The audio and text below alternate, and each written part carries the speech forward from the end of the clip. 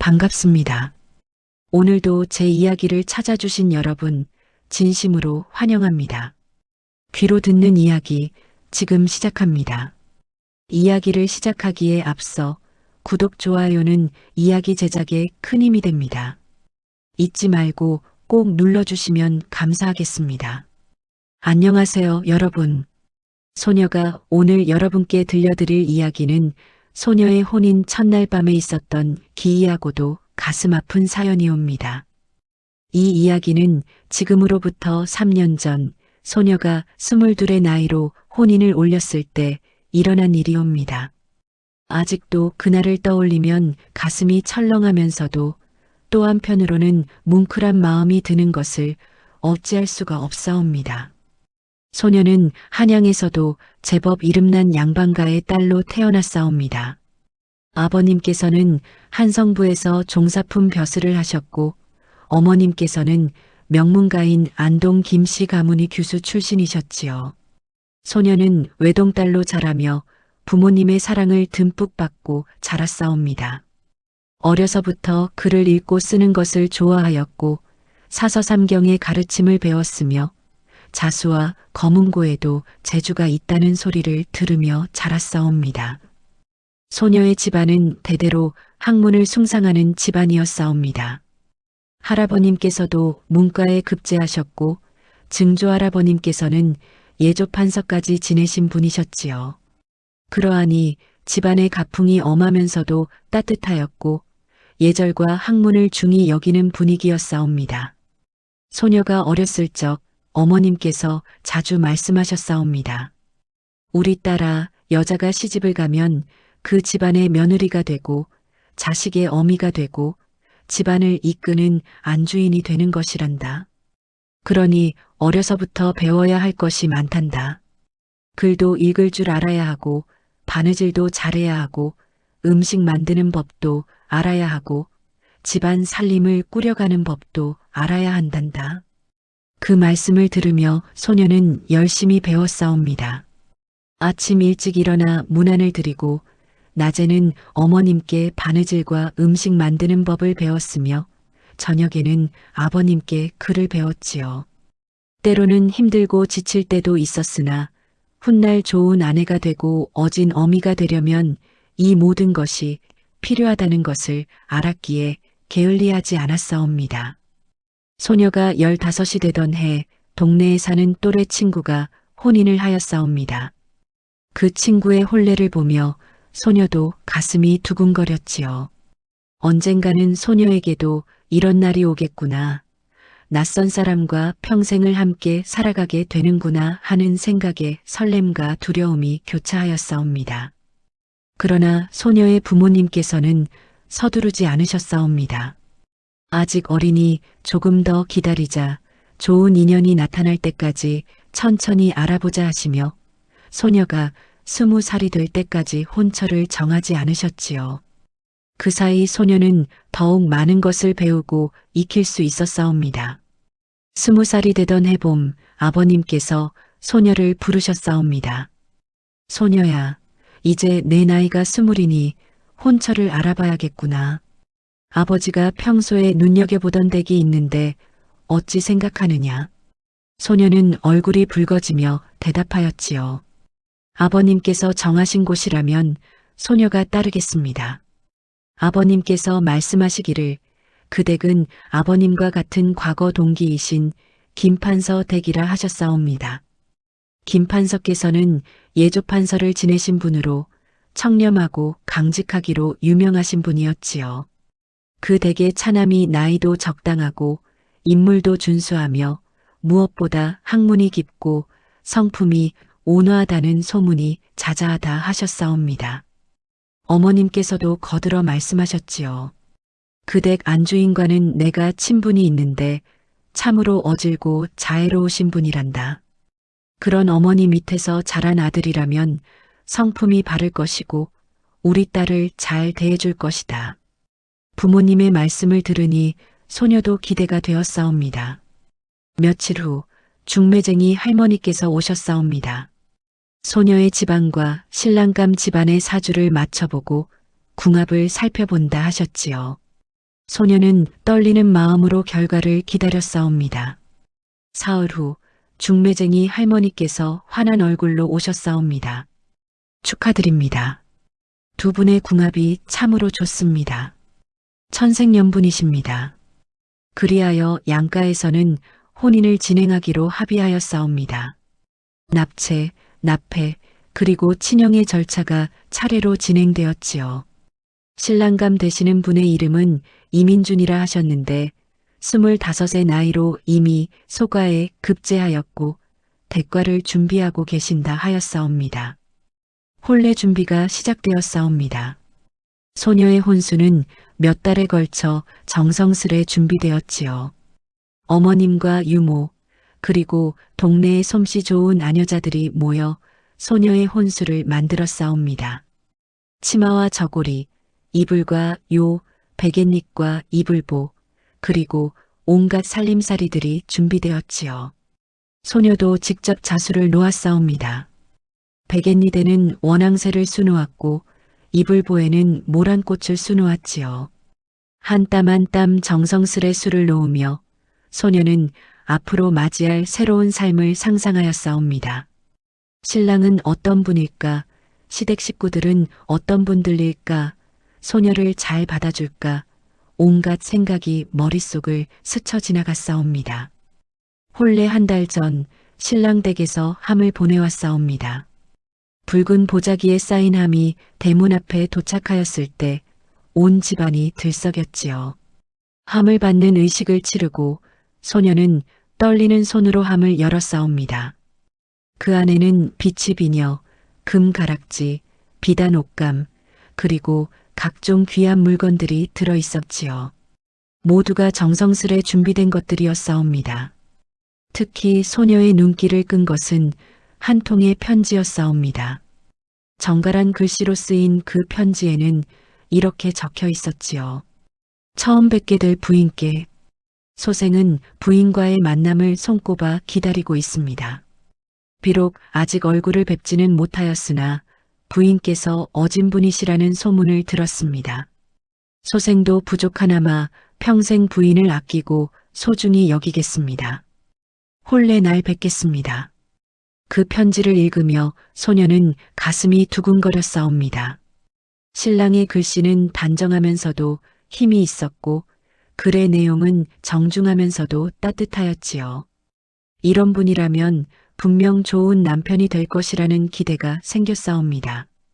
드디어 혼례 날이 다가왔사옵니다. 혼례 전날 밤 소녀는 잠을 이루지 못하였지요. 내일이면 이 집을 떠나 시댁으로 가는구나. 낯선 사람들 사이에서 새로운 삶을 시작하는구나 하는 생각에 두렵기도 하고 설레기도 하였사옵니다. 어머님께서 소녀의 방으로 오셨사옵니다. 잠이 오지 않느냐? 어머니도 내 나이 때 혼례를 앞두고 한숨도 못 잤단다. 어머님께서는 소녀의 손을 잡으시고 말씀하셨지요. 딸아, 시집을 가면 많은 것이 낯설고 어려울 것이다. 하지만 내가 지금까지 배운 대로 행동하고 예의를 지키며 시댁 어른들을 잘 섬기고 남편을 내조하면 분명 좋은 며느리, 좋은 아내가 될 것이다. 그리고 한 가지 더 당부하마. 부부 사이란 것은 서로 이해하고 양보하는 것이란다. 때로는 서운한 일도 있을 것이고 화가 날 때도 있을 것이다.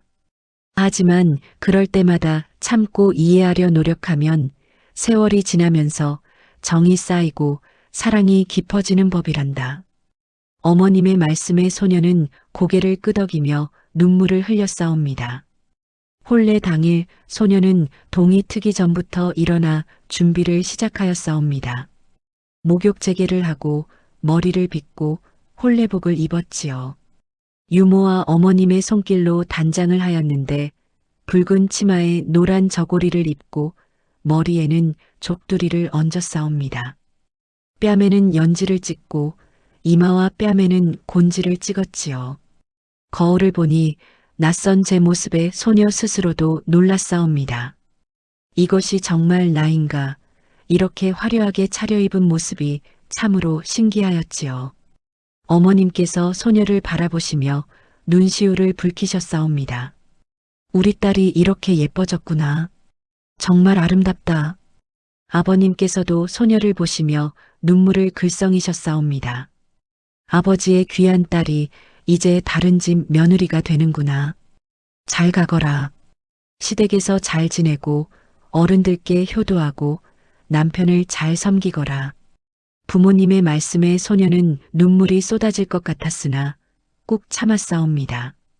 화장이 망가질까 염려되었거든요. 드디어 신랑 댁에서 가마가 도착하였사옵니다. 소녀는 부모님께 큰 절을 올렸지요. 아버님, 어머님, 그동안 길러주시고 가르쳐주신 은혜 잊지 않겠습니다.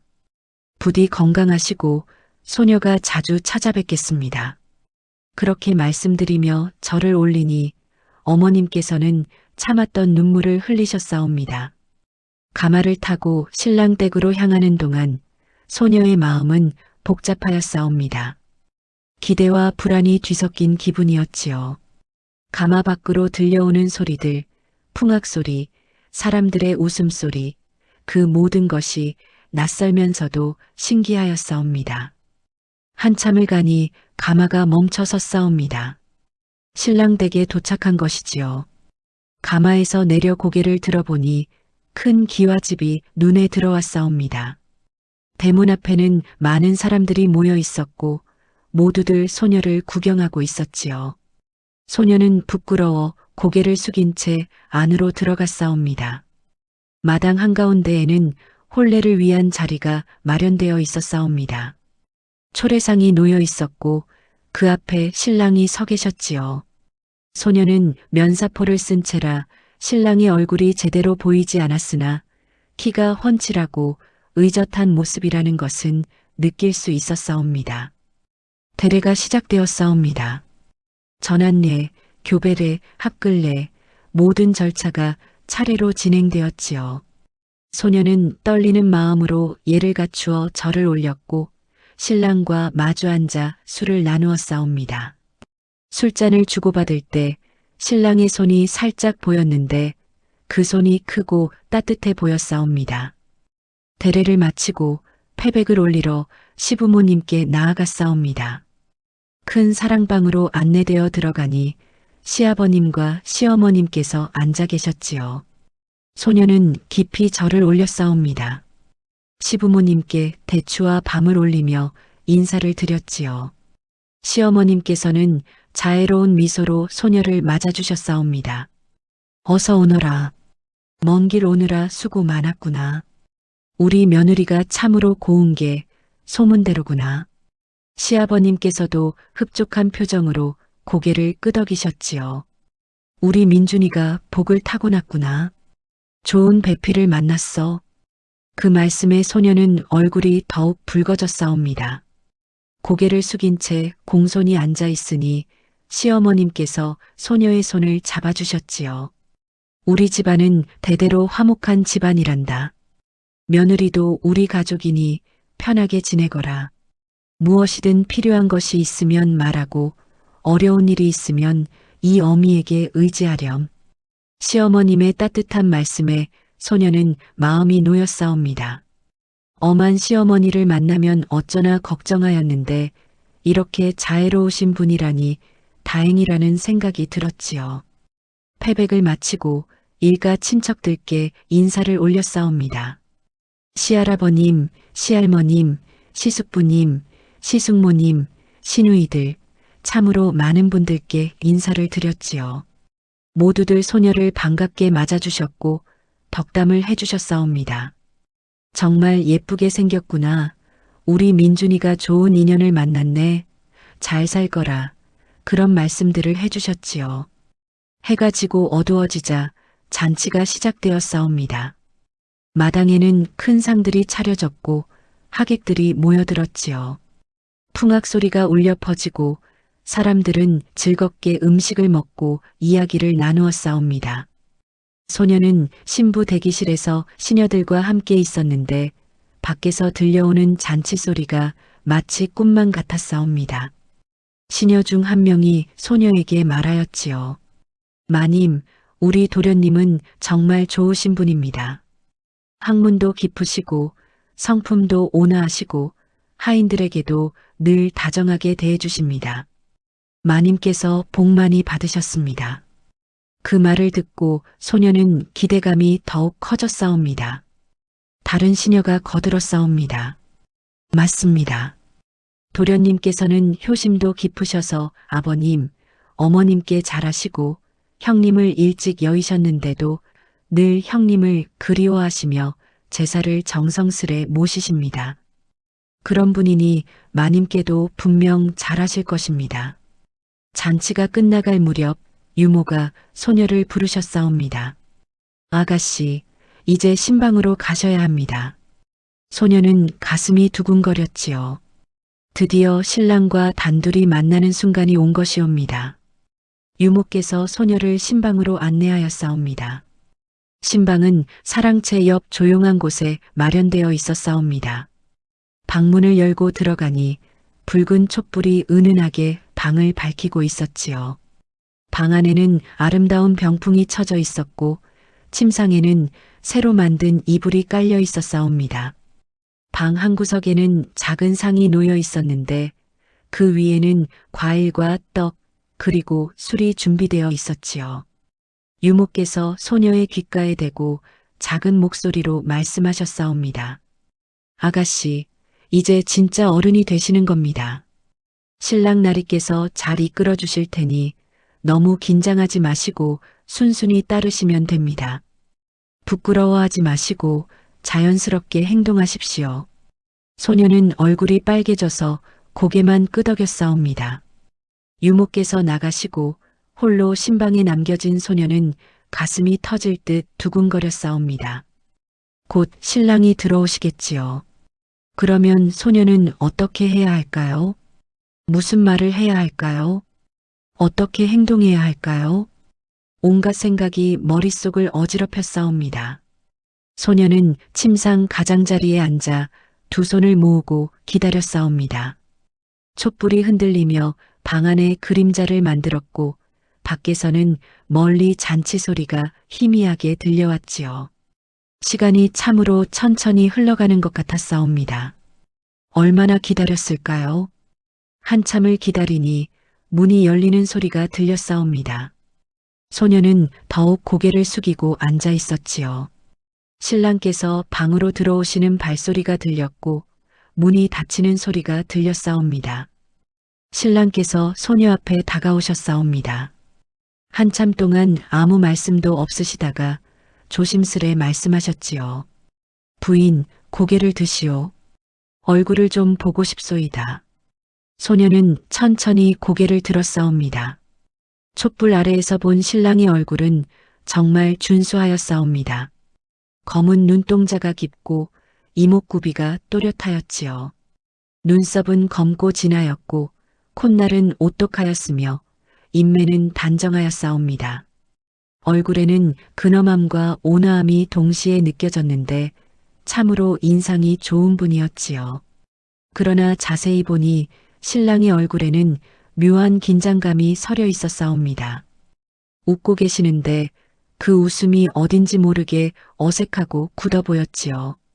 이마에는 땀이 맺혀 있었고 손을 가만히 보니 미세하게 떨리고 계셨사옵니다. 신랑께서 말씀하셨사옵니다. 부인은 참으로 아름다우시오. 소문보다 더 고우시니 소생이 복을 타고났나 보오. 오늘 혼례를 올리며 부인과 평생을 함께하게 되었으니 이보다 더 기쁜 일이 있겠소. 그 말씀에 소녀는 더욱 얼굴이 붉어졌사옵니다. 소녀도 조심스레 대답하였지요. 나리 소녀도 오늘 나리와 인연을 맺게 되어 기쁩니다. 비록 부족하오나 평생 나리를 잘 섬기고 시댁 어른들께 효도하며 살겠습니다. 신랑께서는 고개를 끄덕이시며 말씀하셨사옵니다. 소생도 부인을 잘 모시겠소. 그렇게 인사를 나누고 잠시 어색한 침묵이 흘렀사옵니다. 소녀는 감히 신랑을 똑바로 쳐다볼 수가 없어 다시 고개를 숙였지요. 신랑께서도 무슨 말을 해야 할지 모르시는 듯 한참을 말씀이 없으셨사옵니다. 그런데 이상한 일이 벌어졌사옵니다.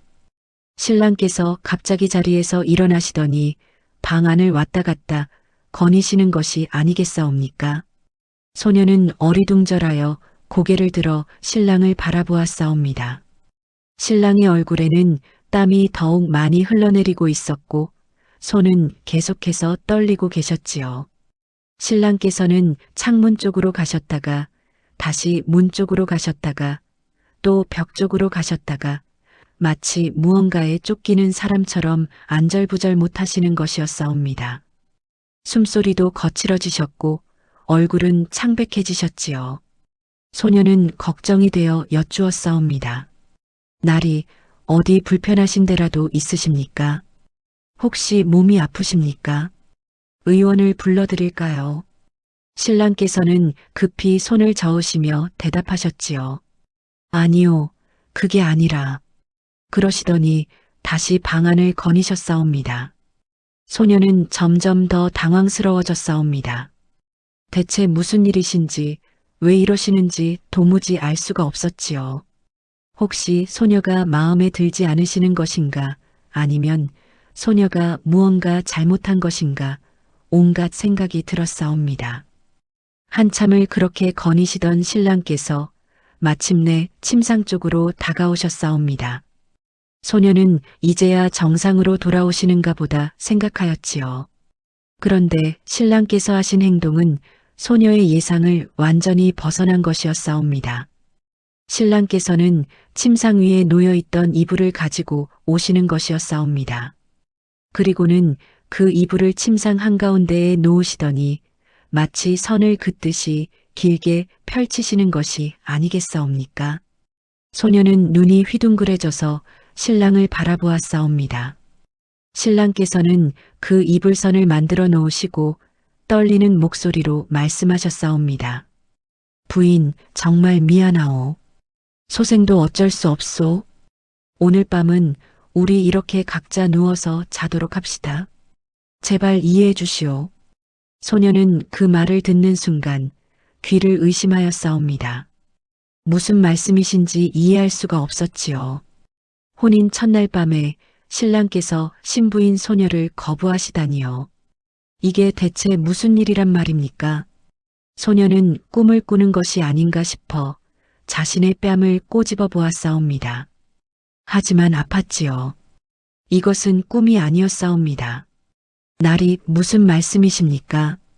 소녀가 무엇을 잘못하였습니까? 소녀의 목소리가 떨렸사옵니다. 신랑께서는 급히 손을 저으시며 말씀하셨지요. 아니요, 부인 잘못이 아니요. 전혀 부인 잘못이 아니요. 소생의 문제이요.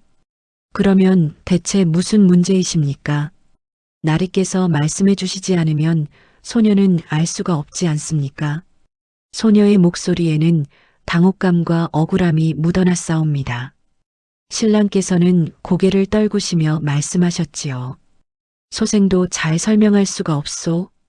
그냥 오늘은 이렇게 자게 해주시오. 제발 부탁이요. 소녀는 믿을 수가 없었사옵니다. 혼인 첫날 밤에 이런 일이 벌어지다니요.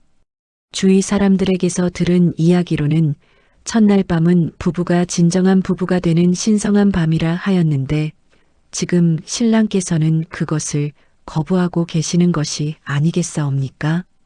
혹시 소녀의 얼굴이 마음에 들지 않으십니까? 아니면 소녀의 몸가짐이나 말투가 잘못되었습니까? 소녀가 혹시 예의에 어긋나는 행동을 하였습니까? 소녀는 간절한 마음으로 물었사옵니다. 신랑께서는 고개를 저으시며 대답하셨지요. 아니요, 모두 아니요. 부인은 완벽하오. 잘못된 것은 소생이요. 그러면 나리께서는 대체 무엇이 잘못되신 것입니까? 몸이 아프신 것입니까? 마음이 편치 않으신 것입니까? 소녀에게 말씀해 주십시오. 소녀가 도와드리겠습니다. 하지만 신랑께서는 더 이상 말씀하지 않으셨사옵니다. 신랑께서는 그냥 이불선 한쪽으로 가서 누우시더니 소녀에게 등을 돌리시는 것이었사옵니다. 부인, 오늘은 그냥 주무시오. 내일 다시 이야기합시다. 그렇게 말씀하시고는 더 이상 아무 말씀도 하지 않으셨지요. 소녀는 그 자리에 멍하니 앉아 있었사옵니다. 무슨 일이 벌어진 것인지 도무지 이해할 수가 없었지요. 기대와 설렘으로 가득했던 마음은 순식간에 당혹감과 억울함으로 바뀌었사옵니다. 소녀는 천천히 이불 선 반대편으로 가서 누웠사옵니다. 하지만 잠이 올 리 없었지요. 눈을 감아도 잠이 오지 않았고 머릿속은 온갖 생각으로 복잡하였사옵니다.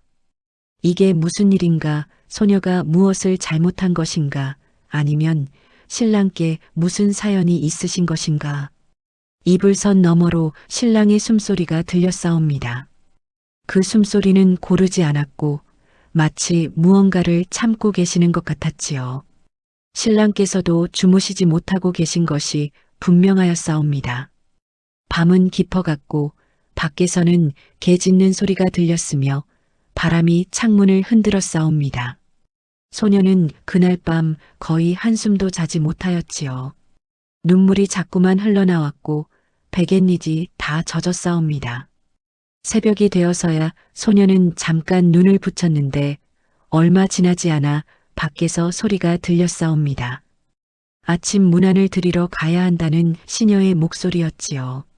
소녀는 부랴부랴 일어나 옷을 여미고 부은 눈을 감추려 애썼사옵니다. 신랑께서도 일어나셨는데 역시 밤새 제대로 주무시지 못하신 듯 얼굴이 피곤해 보이셨지요. 두 사람은 서로 눈을 마주치지 못한 채 어색하게 방을 나섰사옵니다. 시부모님께 문안을 드리러 갔을 때 시어머님께서는 소녀를 보시며 환하게 웃으셨사옵니다. 어젯밤은 잘 지냈느냐? 우리 며느리 얼굴이 더욱 고와졌구나.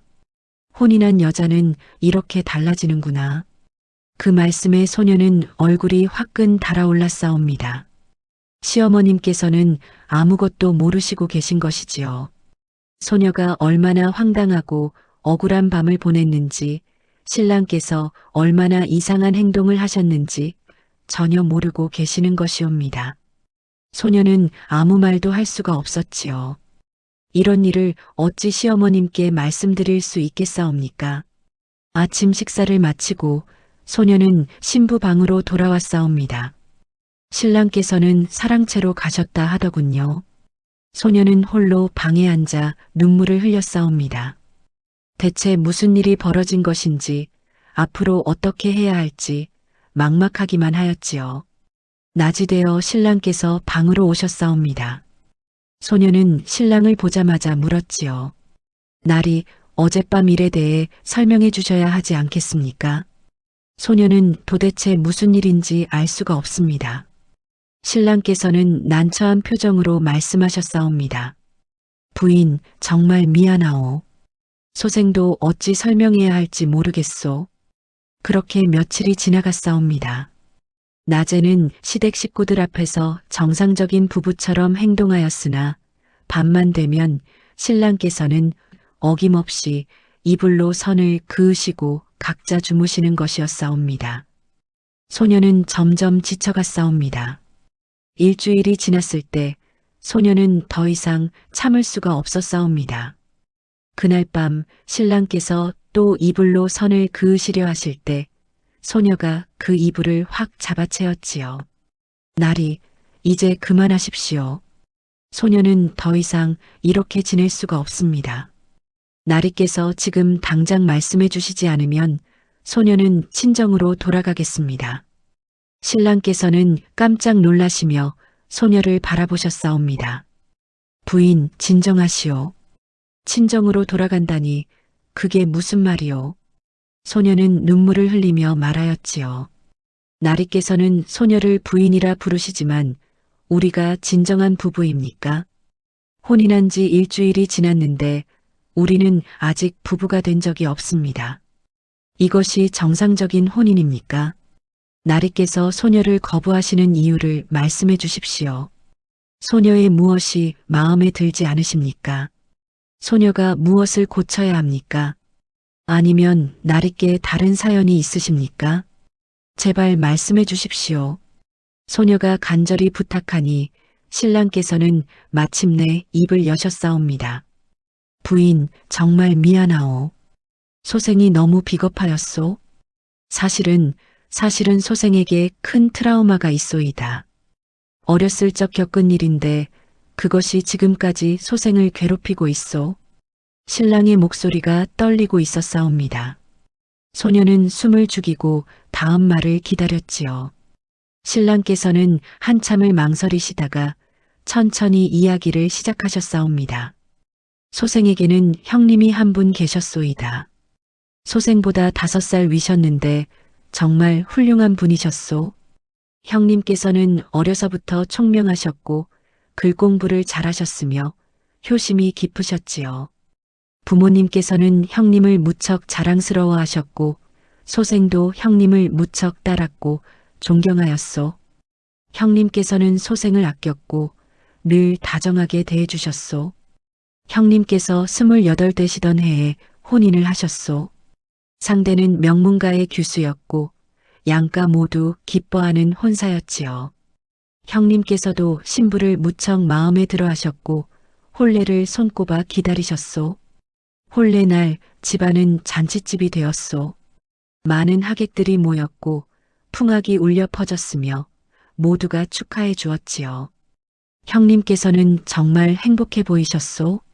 신부와 함께 절을 올리시고 술을 나누시고 부모님께 패백을 올리시는 모습이 아직도 눈에 선하오. 그날 저녁 형님께서는 신부와 함께 신방으로 들어가셨소.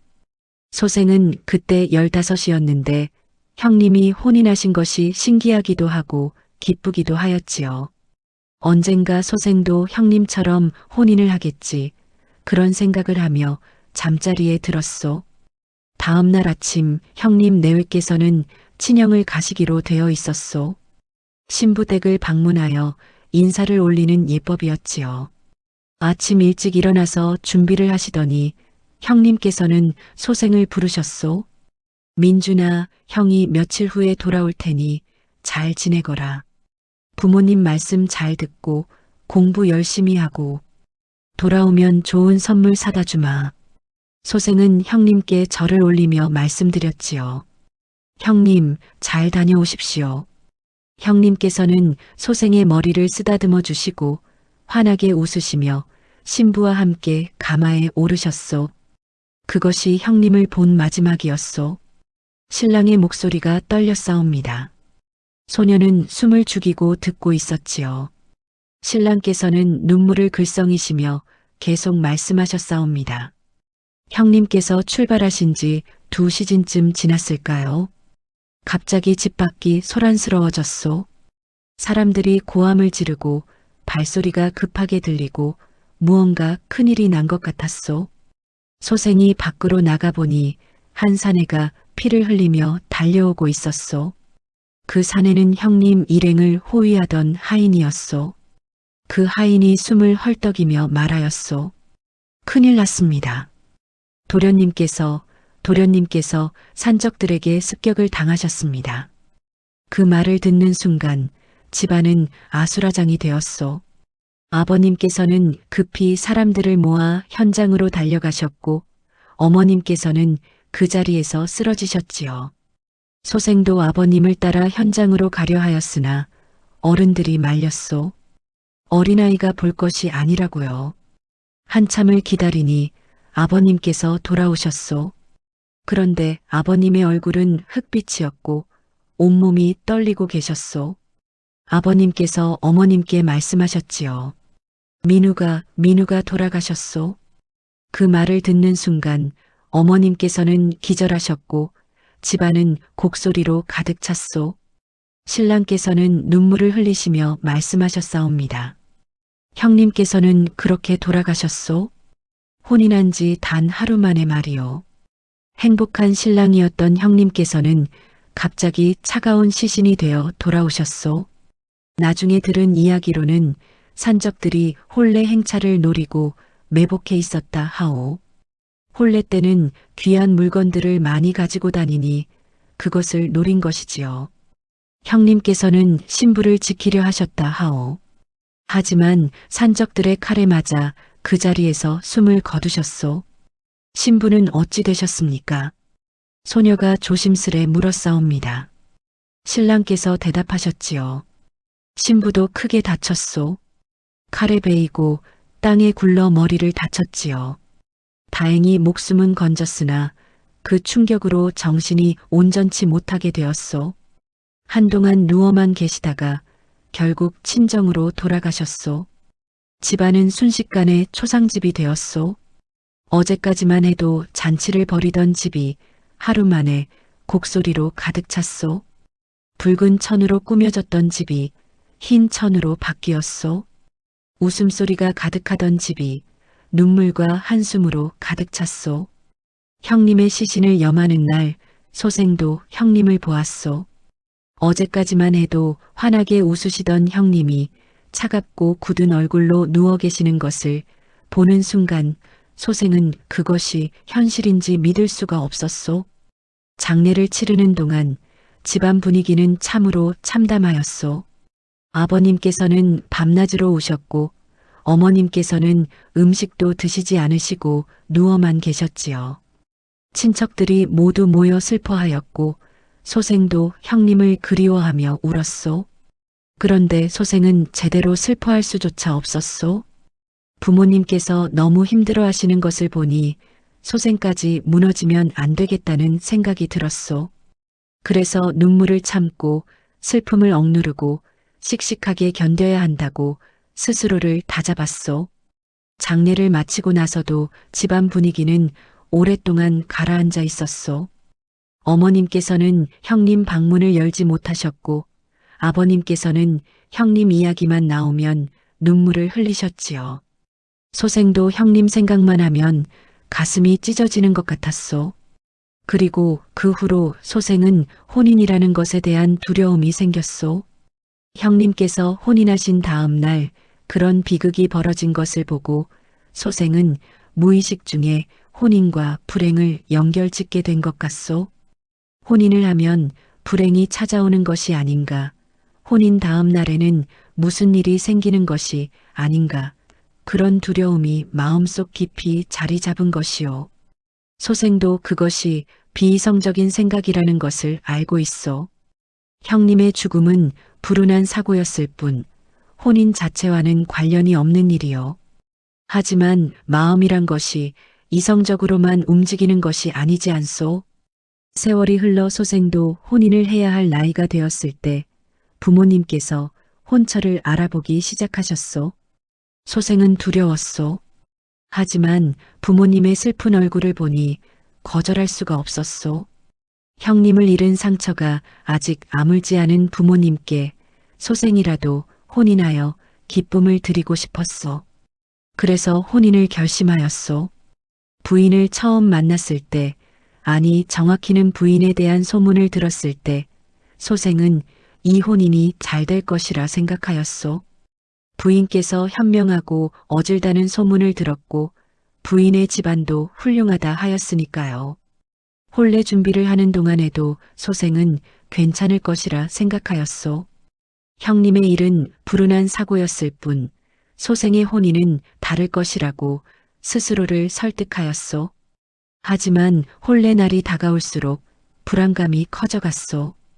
혼례 당일 부인과 대례를 올리고 패백을 드리고 모든 의식을 마치는 동안 소생은 계속해서 형님 생각이 났소. 형님도 이렇게 혼례를 올리셨지. 형님도 이렇게 행복해 하셨지. 그런데 그 다음 날 그런 일이 벌어졌지.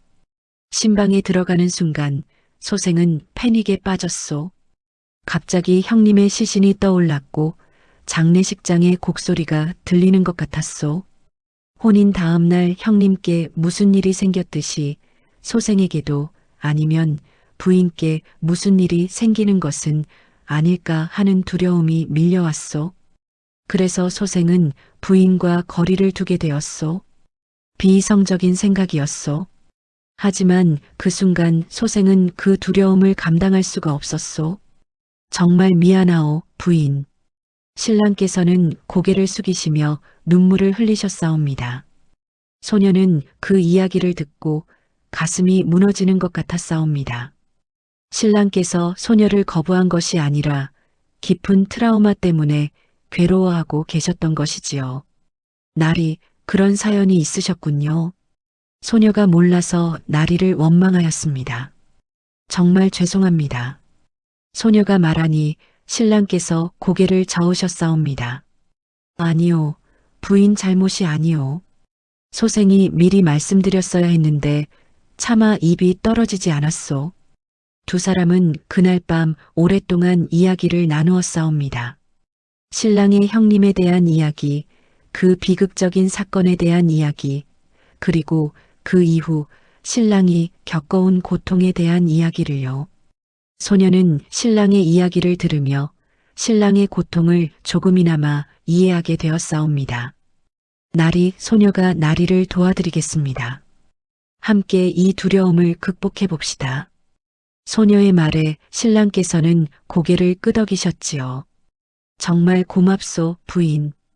그날 밤부터 소녀와 신랑은 서서히 서로를 이해하기 시작하였사옵니다. 그러나 이것이 끝이 아니었사옵니다. 앞으로 소녀와 신랑에게는 더 많은 일들이 기다리고 있었고 그 과정에서 두 사람의 사랑은 더욱 깊어져 갔사옵니다. 이 이야기는 아직 끝나지 않았사옵니다. 계속해서 이어지는 소녀와 신랑의 사연을 들어주시기 바랍니다.